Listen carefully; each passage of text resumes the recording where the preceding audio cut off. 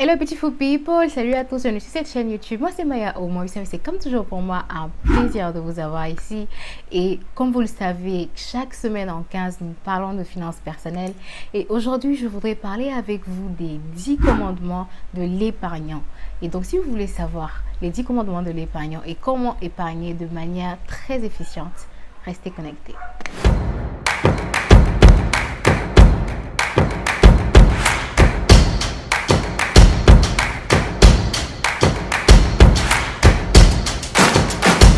Alors les amis, la semaine surpassée, voilà, nous avons parlé de comment diversifier nos sources de revenus, comment se faire beaucoup plus d'argent et tout. Et aujourd'hui, j'aimerais parler avec vous de l'épargne, voilà. Parce que pour pouvoir investir, pour pouvoir se faire de l'argent, diversifier ses sources de revenus, en tout cas, la majorité des formes d'investissement que nous avons sont liées à l'épargne, on va dire à la quantité d'argent que nous avons mis de côté. Qu'est-ce qu'on doit faire pour pouvoir mieux épargner aujourd'hui? C'est vraiment là le point au fait de discussion ce jour. Et donc je me suis inspirée d'une dame qui a vraiment de l'expérience en la matière et j'ai nommé Madame Laetitia Mcho Traoré, voilà. Et elle a un salon de l'épargne, voilà. C'est un salon qui est organisé annuellement en Côte d'Ivoire où elle parle au fait d'épargne. Et c'est une serial entrepreneur, voilà. Elle a aussi été Miss Côte d'Ivoire en 1998. Et de là, elle a vraiment lancé sa carrière. Elle a fait ses études en finance et tout. Et franchement, c'est une dame super inspirante. Je pense qu'il y a 2 semaines de cela, elle a eu à faire des interviews, une série d'interviews et je pense qui ont été très médiatisées, voilà. Et j'ai pris comme ça du temps pour pouvoir la suivre, pour pouvoir savoir de quoi elle parlait. Et elle a ce truc-là qu'elle appelle l'apéro cash, voilà. C'est des rencontres, voilà, qui se font, je crois, chaque fois, une fois par mois. Voilà, où elle est en partenariat avec une banque et elle discute au fait de plusieurs thèmes autour de la finance personnelle. Et pour ceux qui sont en Côte d'Ivoire, franchement, je vous invite à aller participer à l'apéro cash, c'est comme ça que ça s'appelle. Et je pense que c'est toujours important de pouvoir véritablement apprendre davantage et de pouvoir continuer véritablement à s'améliorer sur ce chemin-là de la finance personnelle. Elle a écrit 10 commandements de l'épargnant et franchement pour moi je pense que ce sont des règles assez simples, assez intéressantes sur lesquelles au fait nous allons discuter aujourd'hui. Je les ai avec moi là et je vais vous les lire et nous allons les commenter parce que pour moi je pense que ce sont vraiment des leçons qui sont super intéressantes. Voilà. Le premier commandement, c'est la décision d'épargner. Tu prendras. On néglige souvent au fait l'importance de véritablement se décider à épargner. C'est vrai que tout le monde dit oui, il faut que j'épargne, il faut que j'économise, nanana. Mais prendre la décision d'épargner, c'est vraiment mettre en place au fait un système qui va vous permettre de véritablement mettre l'argent de côté à chaque fin de mois. Je m'explique. Aujourd'hui, si vous avez par exemple un compte courant, ce serait très intéressant de pouvoir ouvrir un compte d'épargne qui est dédié véritablement à votre épargne et faire pourquoi pas des transferts, des virements automatiques. Voilà, c'est-à-dire vous mettez aujourd'hui à une certaine date un virement automatique. Donc chaque mois, vous aurez au fait de l'argent qui va être directement transféré de votre compte principal, votre compte courant à votre compte d'épargne. Et comme ça, vous n'aurez véritablement pas à réfléchir. C'est vraiment une décision que vous prenez là et vous n'allez pas au fait venir discuter au moment d'épargner. Parce que quand on se dit, je vais peut-être économiser sur mon compte Orange Money ou économiser sur mon compte Wave, je raconte n'importe quoi. En tout cas, quand on prend cette décision-là sur le volet comme ça, on ne s'y tient pas véritablement. Voilà. Il faudrait que ce soit une décision mûrement réfléchie et que vous puissiez mettre en place véritablement un système qui va vous permettre d'épargner chaque mois. Le commandement numéro 2. Ton projet d'épargne et tes objectifs, tu définiras. Voilà. Je pense que j'en avais parlé avec vous, voilà, par rapport à comment budgétiser et tout ça. Et pourquoi épargner? Il faudrait véritablement se donner aujourd'hui, on va dire, un objectif quant à l'épargne qu'on met sur place. On n'épargne pas pour épargner. Quand vous épargnez sans objectif, en fait, c'est comme si vous étiez en train de diminuer la valeur de l'argent que vous avez parce que cet argent n'est pas destiné à quelque chose. Et on sait qu'aujourd'hui, avec le taux d'inflation, l'argent perd de la valeur. Donc, quand vous épargnez, c'est véritablement pour un objectif bien précis.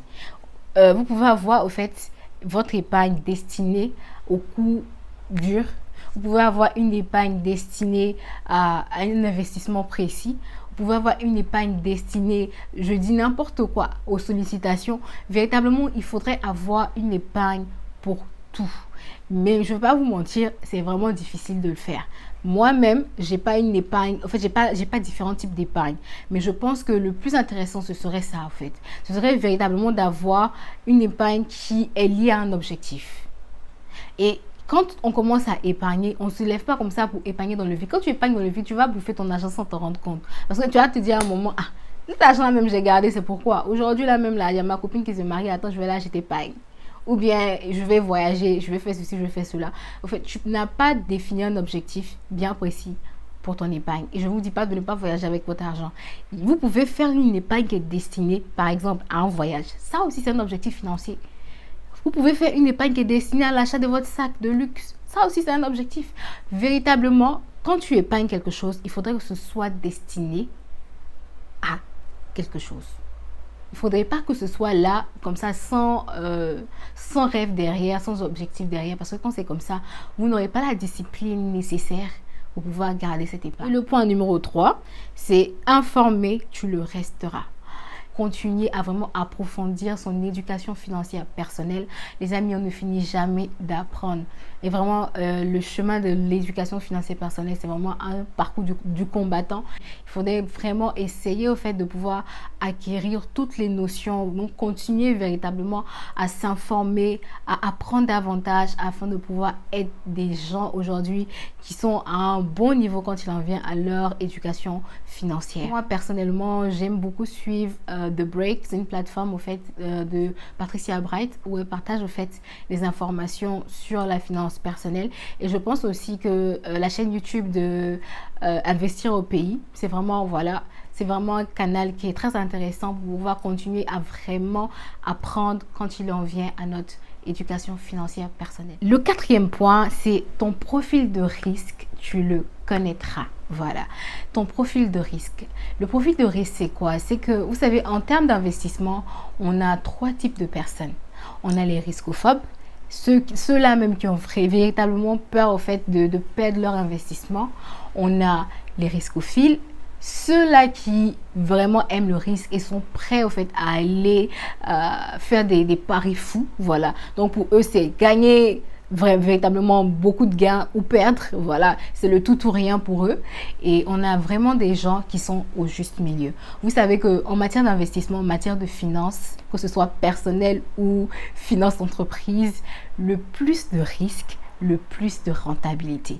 Mais quel niveau de risque aujourd'hui on est prêt à prendre quand on est face à un investissement? Je pense que l'épargnant doit connaître son profil de risque. Et en fonction de son profil de risque, il pourra véritablement épargner. Aujourd'hui, quand on parle d'épargner, on ne vous dit pas simplement d'aller mettre, je sais pas, c'est pas de garder l'argent dessous de votre lit. En fait, quand vous gardez l'argent sous votre lit, vous n'êtes pas en train d'épargner. L'épargne aujourd'hui, c'est de pouvoir garder votre argent quelque part et le faire fructifier. Voilà. Et donc, comment est-ce qu'on peut épargner? Vous pouvez épargner grâce aujourd'hui à des fonds communs de placement. Je parlais tantôt d'OPCVM. Je vous disais aussi que c'était possible pour vous de vous rapprocher des SGI qui allaient acheter des actions, des obligations sur les marchés financiers pour vous.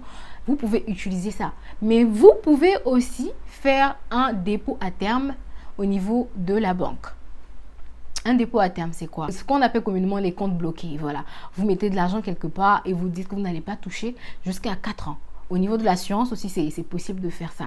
Vous faites un compte bloqué par rapport, vous souscrivez à un produit d'assurance qui vous permet de bloquer votre argent pendant un moment. Vous pouvez véritablement le faire. Vous pouvez aussi déposer votre argent sur un compte d'épargne rémunéré à un taux de 3,5%. Ça aussi, c'est une forme d'épargne. Voilà. Maintenant, ton profil de risque par rapport à cela, c'est quoi? C'est-à-dire aujourd'hui, quelqu'un qui est riscophobe, quelqu'un qui a peur de prendre trop de risques va vouloir mettre son argent, par exemple, sur un compte d'épargne qui est rémunéré à 3,5% où il se dit qu'il n'y a pas de risque qu'il perde cet argent. Voilà. La banque aujourd'hui lui garantit le fait de pouvoir retrouver son argent, de pouvoir prendre son argent à chaque fois qu'il en a envie. Donc, un dépôt à terme DAT, voilà. Ça aussi, ça sera, on va dire, le dada de la personne qui est assez riscophobe, qui a vraiment peur du risque. Voilà. Et quelqu'un de moyen va vouloir diversifier son épargne aujourd'hui. Cette personne va se dire, pourquoi pas faire peut-être un dépôt à terme, un DAT, et aussi en même temps investir un peu aussi sur les marchés financiers. Vous voyez, histoire de pouvoir diluer le risque. Et quelqu'un qui est vraiment riscophile n'en a rien à faire d'avoir 3,5% qui n'est même pas net d'impôt sur un compte d'épargne. Cette personne-là riscophile va vouloir aujourd'hui s'attaquer au marché financier, acheter des actions, même les plus risquées, afin de pouvoir se faire plus d'argent. Voilà. Et donc, ton profil risque est vraiment très important dans ta manière de pouvoir épargner aujourd'hui. Donc, il va falloir pour toi définir ton profil risque, savoir ton profil risque. Et en fonction de cela, tu pourras mieux épargner ton argent. Le cinquième point, c'est par un professionnel, tu te feras accompagner. Et oui, je pense que le point précédent et celui-là sont quand même assez liés. C'est-à-dire aujourd'hui, pour toi, pour pouvoir déterminer ton profil risque, tu as quand même besoin de pouvoir te rapprocher, voilà, d'un professionnel. Moi, personnellement, je pense que j'ai eu à me rapprocher d'un professionnel où j'ai fait un quiz, voilà.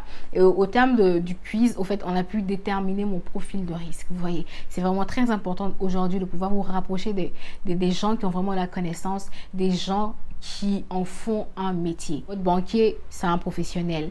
Les agents des SGI sont des professionnels. Les agents des fonds communs de placement sont des professionnels. Les assureurs sont des professionnels. C'est vraiment ces personnes-là vers qui vous devez vous rapprocher dans un premier lieu afin de pouvoir avoir les informations les plus pertinentes. Aujourd'hui, vous êtes tout traîné au quartier, vous avez une petite économie là, quelque part, et puis votre ami vous dit, il y a une plantation de verre là, si tu déposes ton argent là-bas, là, ton argent va sortir, chap, chap, et vous allez investir là-bas. Cette personne n'a pas véritablement toute la connaissance nécessaire ou véritablement l'expérience pour pouvoir vous conseiller aujourd'hui sur le type d'investissement, le type d'épargne que vous pouvez constituer.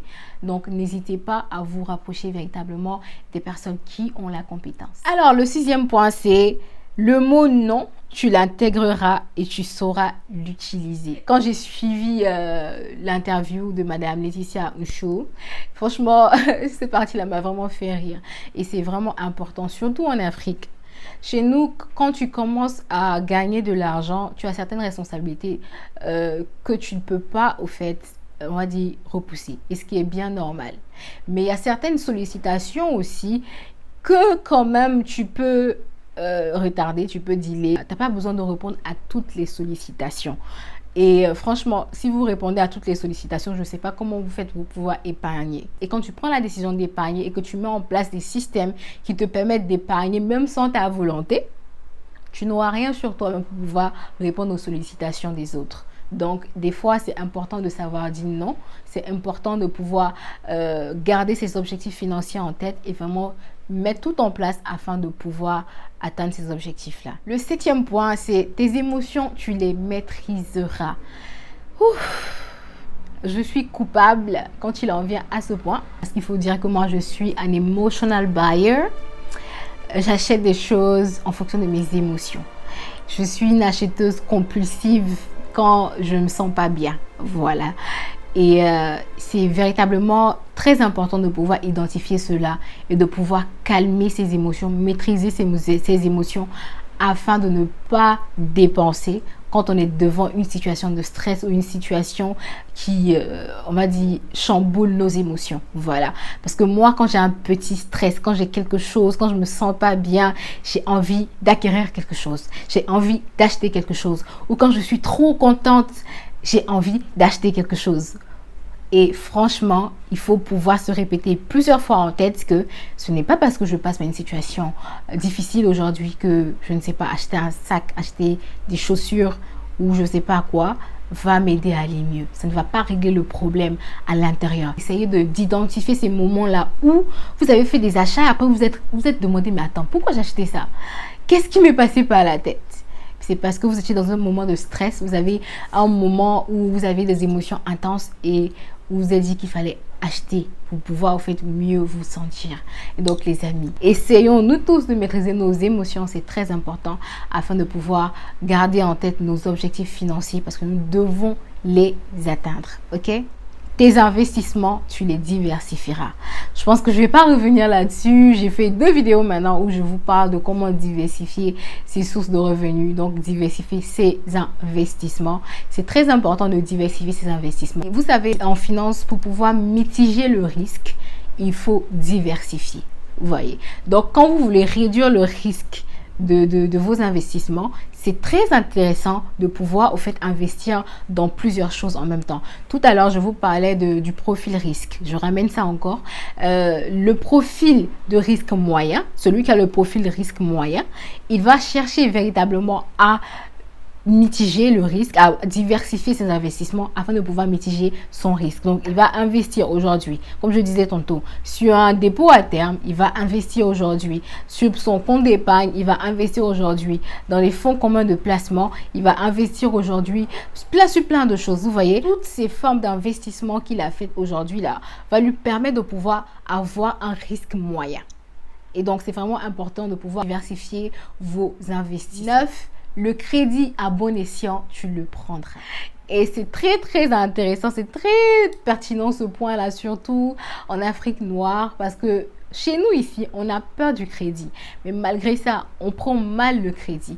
Nous prenons le crédit pour consommer. Un crédit ne se prend pas pour consommer. La notion de crédit de consommation ne devrait même pas exister. Un crédit se prend pour investir. Je disais tantôt que le riche prend un crédit pour s'enrichir et le pauvre prend un crédit pour s'appauvrir. Nous, on prend crédit pour aller faire mariage. Toi, même quand... Attends, le père, design. Le crédit aujourd'hui, c'est vraiment destiné à un investissement. Et c'est le retour sur investissement qui va vous permettre au fait de pouvoir régler les amortissements au fait du crédit que vous avez contracté. Quand vous achetez quelque chose, on va dire par exemple un véhicule, et que vous partez prendre un crédit de consommation. Je répète encore, un crédit de consommation. Je n'ai pas dit un crédit auto ou un crédit à moyen terme. Je parle du crédit de consommation. Pour acquérir un véhicule qui va, dès que vous l'avez acheté, perdre de sa valeur, je pense que ça ne fait pas sens. Mais quand aujourd'hui, vous voulez acheter, je prends le même exemple du véhicule et que vous le prenez en location-acquisition par exemple, location-acquisition, c'est vraiment de pouvoir louer le bien jusqu'à ce qu'il soit le vôtre, voilà. Ça fait plus sens. Ou un crédit pour pouvoir investir, pour pouvoir acquérir, on va dire de l'immobilier par exemple. Ça fait plus sens au fait. Parce que l'immobilier aujourd'hui, l'investissement que vous avez fait aujourd'hui va vous rapporter au fait de l'argent. Et c'est cet argent-là que vous allez utiliser pour pouvoir rembourser. Mais vous n'allez pas prendre un crédit que vous allez consommer entièrement et quand ce sera maintenant le moment de régler, vous serez obligé de puiser sur l'argent que vous avez, votre revenu, pour pouvoir régler ça. Ça ne fait pas sens, vous voyez. Le crédit à bon escient, franchement, il ne faut pas avoir peur de cela. Parce que je sais que chez nous, en Afrique subsaharienne, on a véritablement peur du crédit. Mais quand on le prend bien, c'est véritablement un levier au fait pour pouvoir propulser tous vos investissements. Alors, le dernier point, c'est patient, déterminé, tu le resteras. Il faut dire que le chemin de la planification financière personnelle n'est pas du tout facile, mais il faudrait s'armer de patience, de détermination, de courage afin de pouvoir continuer et devenir aujourd'hui quelqu'un qui s'y connaît quand il s'agit de planification financière personnelle. Même si aujourd'hui vous n'êtes pas au fait là où vous voulez être au fait quand il en vient à vos finances, vous allez y arriver petit à petit. Je le dis tout le temps que l'important ce n'est pas de tomber, mais c'est de pouvoir se relever à chaque fois qu'on tombe. Donc à chaque fois que vous commettez aujourd'hui une erreur en matière de finances personnelles, c'est toujours important de pouvoir vous relever, faire l'audit de vos finances. C'est super important de faire l'audit de vos finances, et voir ce qui a marché, ce qui n'a pas marché, et ensuite de cela vous pouvez continuer à véritablement essayer de vous améliorer. Et c'est pour ça que vous avez besoin de suivre vos finances. Comme je le disais tantôt, vous pouvez choisir une certaine périodicité et vous allez noter au fait toutes vos dépenses, et comme ça vous allez pouvoir faire l'audit véritablement, regarder où est-ce que votre argent part véritablement. Ensuite de cela, vous pourrez mieux ajuster votre budget et ça va vous aider à véritablement être concentré sur le chemin de la planification financière personnelle. Alors les amis, c'est tout pour aujourd'hui. N'hésitez pas à me dire ce que vous pensez des 10 commandements de l'épargnant par Laetitia Unsho Traoré. J'attends ça avec impatience. Et donc c'est tout pour aujourd'hui et nous allons nous retrouver la prochaine fois, n'est-ce pas? Et donc d'ici là, portez-vous bien. Bye bye.